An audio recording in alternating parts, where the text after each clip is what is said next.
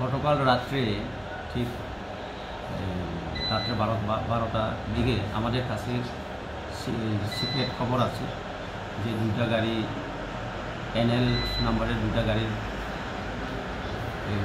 করিমপাড়া petrol পাম্পে রাখা আছে।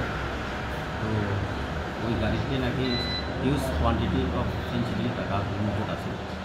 সেই ইনফরমেশন ভিত্তিতে আমরা দুইটা গাড়ি আমাদের থানাতে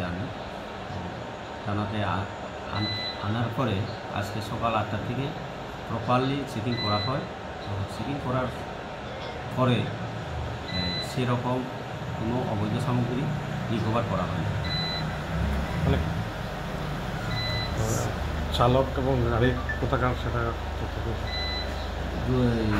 চালক দুজনই হলো ত্রিপুরা, একজনের বাড়ি লোয়াম ভাষা, আরেকজনের বাড়ি আগা। গাড়ির মালিকের বাড়ি?